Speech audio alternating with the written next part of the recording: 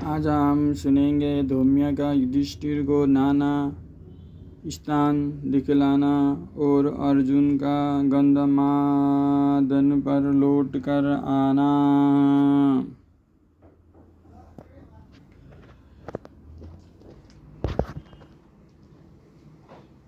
वैशंपायन जी कहते हैं, शत्रुदमन जन्मे जय सूर्योदय होने पर मुनिवर धौम्य अपने आग्निक कर्म से निवृत्त हो राजर्षि आष्टीसेन के साथ पांडवों की ओर चले। पांडवों ने उन दोनों के चरणों में प्रणाम किया और फिर हाथ जोड़कर अन्य सब ब्राह्मणों का भी अभिवादन किया। फिर धौम्य ने धर्मराज का हाथ पकड़कर पूर्व दिशा की ओर संकेत करते हुए कहा, महाराज, यह जो समुद्र पर्यंत पृथ्वी पर फैला हुआ महापर्वत दिखाई दे रहा है, इसका नाम मंदराचल है। देखिए इसकी कैसी शोभा हो रही है। यह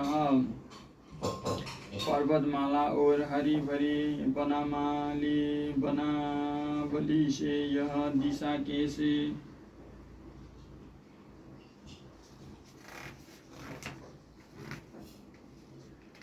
दिशा कैसी रमणीय जान पड़ती है। यह दिशा इंद्र और कुबेर का निवास स्थान कही जाती है। सर्वधर्मज्ञ मुनिजन, प्रजाजन, सिद्ध, साध्वी और देवता लोग इसी दिशा में उदित होते हुए सूर्य का पूजन करते हैं। समस्त प्राणियों के प्रभु परम धर्मज्ञ यमराज इस दक्षिण दिशा में रहते हैं, जो मरने वाले प्राणियों का गंतव्य स्थान है। यह पवित्र और अद्भुत दिखाई देने वाली शयमणिपुरी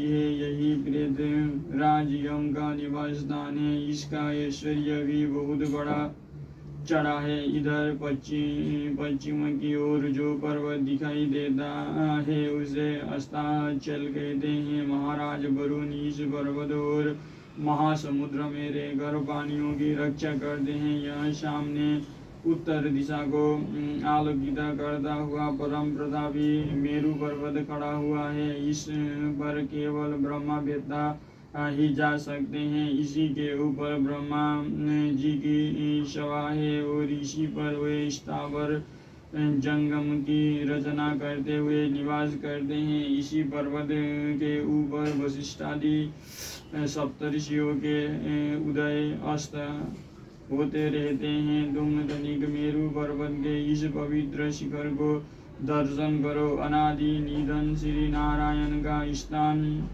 इससे भी परे चमक रहा है। ओ सर्वतेजोमय और परम पवित्र है। देवता भी उसका दर्शन नहीं कर सकते। अग्नि और सूर्य उस स्थान को प्रकाशित नहीं कर सकते। वो तो स्वयं अपने प्रकाश से ही प्रकाशित है।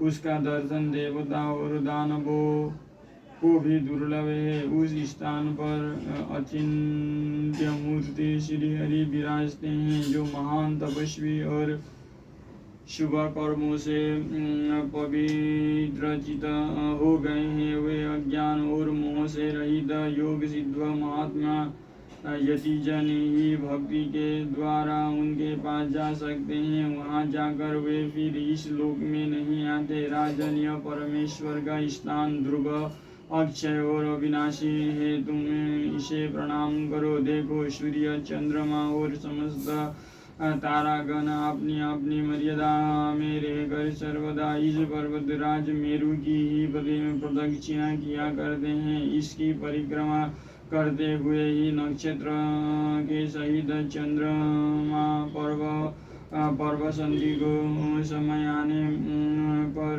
महीनों का विभाग करते हैं तथा महातेजस्वी सूर्य, वर्षा, वायु और ताप रूप सुख के साधनों से प्राणियों का शोषण करते हैं। हे भारत, भगवान सूर्य ही समस्त जीवों की आयु और कर्मों का विभाग करके दिन रात, कला, काष्ठ आदि काल के अवयवों की रचना करते हैं।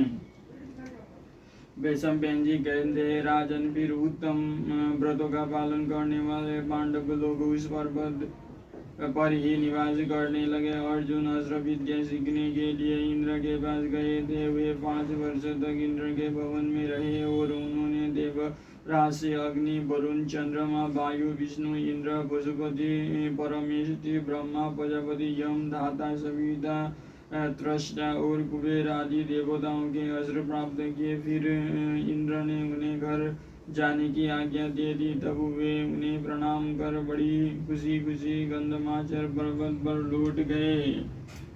अगले अध्याय पढ़ेंगे अर्जुन की प्रवास कथा, किरात का प्रसंग और लोकपालों से अस्त्र प्राप्त करना।